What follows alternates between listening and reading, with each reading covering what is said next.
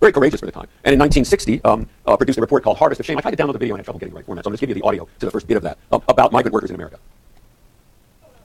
Scene of people, blacks in Florida, milling around as people try to hire them to do migrant work, to do fruit picking.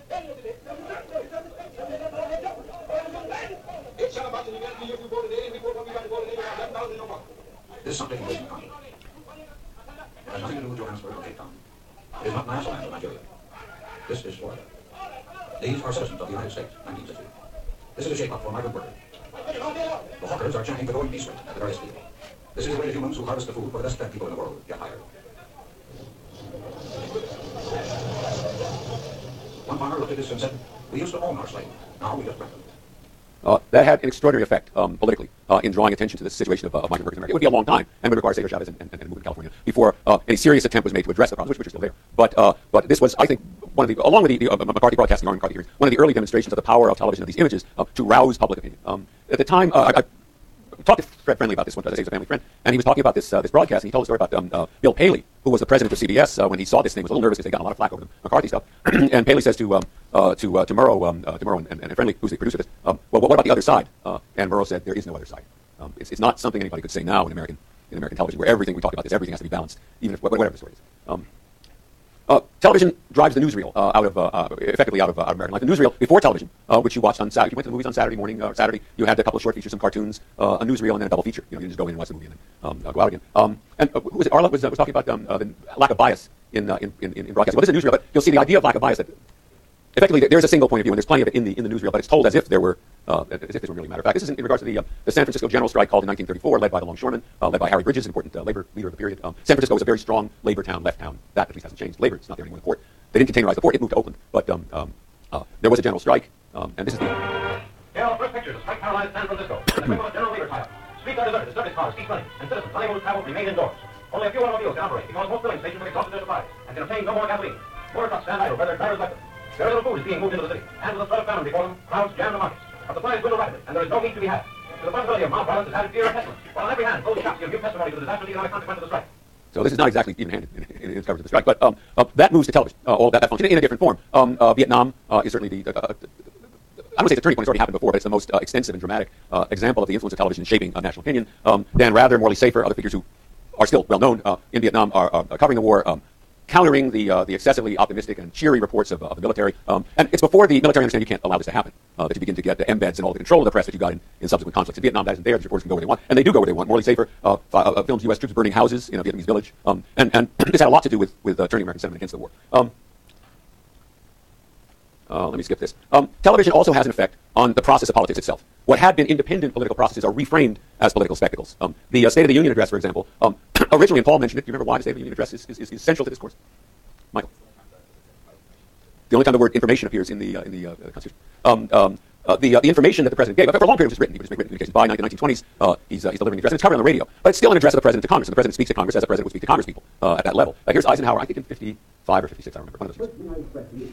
I think the people in the I come here in the meeting to yourself, with every opportunity of affecting you on matters, I think will be a very important to our country.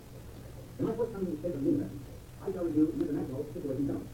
There are worldwide hopes that we can introduce and attain.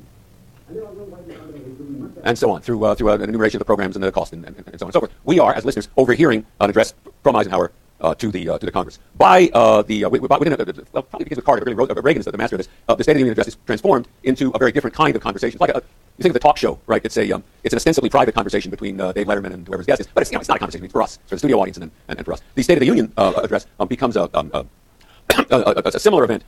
Reagan is the first to place in the gallery of the Congress a figure who will rise, some heroic figure will rise, and about whom he can make a statement. We speak with pride and admiration of that little band of Americans who overcame inscrutable odds to set this nation on course 200 years ago. But our glory didn't end with them. Americans ever since have emulated their deeds. We don't have to turn to our history books for heroes. They're all around us. One who sits among you here tonight epitomized that heroism at the end of the longest imprisonment ever inflicted on men of our armed forces. Who will ever forget that night when we waited for television to bring us the scene on that first plane landing at Clark Field? I think it's John McCain who was the figure there. The plane door opened. Jeremiah Denton. Jeremiah Denton, who was later an Alabama senator. Saluted. He also points in 1980, I think that's later, that 1982 was the first, and that's this character, Lenny Skutnik, who was the federal employee who dived over, I don't know if it was right, into the Potomac to save people who had been when a jet crash going off the runway at National Airport. And Reagan brings him in and points to him. And ever since then, it's been called the Lenny Skutnik moment, when the president, in the middle of the State of the Union address, says, so-and-so's in the audience. This year it was Steve Jobs' widow, but it's always going to be somebody like that. In addition to transforming existing political spectacles, the convention becomes just a TV show. I mean, it's been a long time since the convention was any drama at the convention, since anybody walked in. I think Reagan, was it Reagan? I think 1980, I think, was the last time there was the convention, a political convention. They didn't go in knowing who the nominee was going to be. They nonetheless want the 3 hours of television time. And it becomes a TV show. The delegates are there just to give kind of a colorful historical background to it. Also new spectacles are created. The debate, the political debate, president's debate being the most important of them. 1960, the famous Nixon-Kennedy debate. Nixon, eschewing makeup, goes on with a slight beard and looking sallow and so on. Kennedy looks healthy and rosy and so on, thanks to the makeup. People who watch the debate on television think Kennedy won. People who listen to it on the radio think it was a draw. Nonetheless, it's said to give an advantage to Kennedy. It's a very close election. I think 120,000 votes divided them. Most of those churned out by Mayor Daley in Chicago on behalf of the Democrats.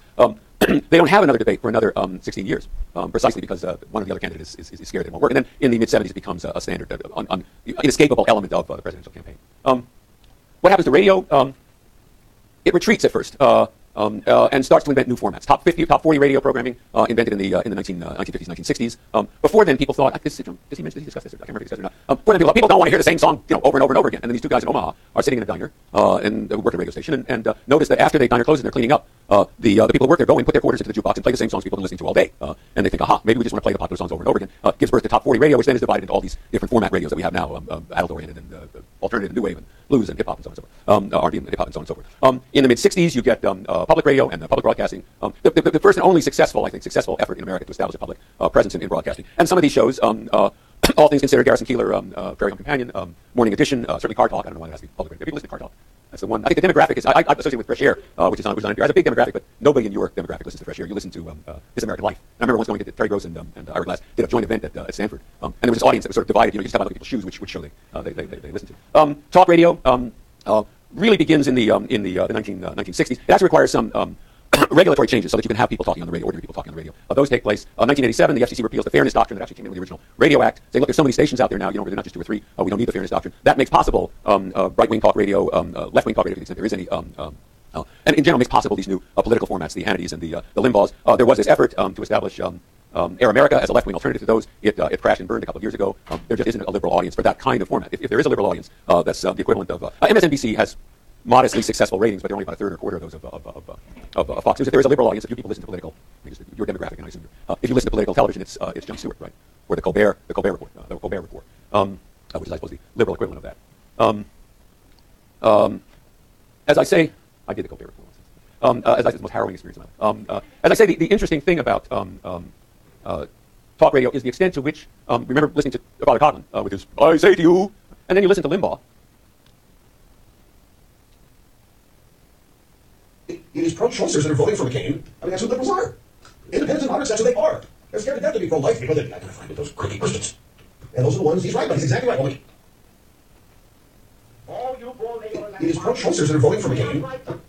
It's an extraordinary development in the sense that prior to the present age, really, the language of public life and of public address, whether in the form of writing or in the form of broadcasting, is this high, formal, oratorical language that's very unlike the language that people use when they're standing around the water cooler or the dorm or whatever, chatting about politics and other things. And there's a process of interpretation, rephrasing that has to take place before what's set up here becomes part of what people believe down here in the ordinary world. Radio hosts, and this isn't just Limbaugh, the sportscasters, I think, are the model. The sports radio talk shows are the model for a lot of this stuff. Create a style that's very light conversational radio. I mean, Limbaugh could walk into a bar and sit down and he wouldn't sound out of place. Not many people would be at the table at the end of it. It's a little bombastic, but his style of conversation is just the style of a saloon loudmouth. I mean, it's not distinct from the tone, the register of ordinary speech. And that's enormously changed the form of political discourse, both up and down. It's influenced also both the way we talk about politics. I mean, Limbaugh's and other people are basically giving lessons in how to talk about politics, giving demonstrations of how to talk about politics. And it's also influenced the form of political address. Nobody could get away. Even Roosevelt, whose style in that fireside chat humor was thought at the time to be enormously conversational and informal and so on. Now strikes us as rather, I want to talk to you about banking. To strike us as rather formal. So the media have flattened that distance between public and private address. Let me close with an observation made by Todd Gitlin, used to be here, sociologist used to be here, now at the Columbia School of Journalism. And he notes that the extraordinary thing about the new media, particularly television, is the number of images we look at in a day. If you lived in Vermeer's Amsterdam, you would have seen perhaps half a dozen images in the course of your, well, maybe more, maybe dozens of images in the course of your life. A house might have, if a wealthy house might have a few paintings on the walls. You might see a few in church. But images were rare and extraordinary objects. We are now surrounded by images. They're on our computer screens. They're on the television. They're on the walls and the signs as we drive to work or walk to work. It's a society of images, a world of images. And as he says, as Gitlin says, life is now played out against a shimmering multitude of images and sounds, blah, blah, blah, all passing through screens that in a single minute can display more pictures than a prosperous 17th century Dutch household contained over several lifetimes. So it really has changed the perception of the world in that way. Next time, did you want to say something about the assignment? Oh, I'm sorry. Yeah. If you log in and work with somebody, 2 or 3 people, make sure you send links like tomorrow. Please repost the assignment, who you're working with, this so we know. Get inside if you can in some form that if you want to talk about it, we can show images of the searches so that we know as we talk about what you found, how you managed to tease up Google and its understanding of the. Okay? That's the See you.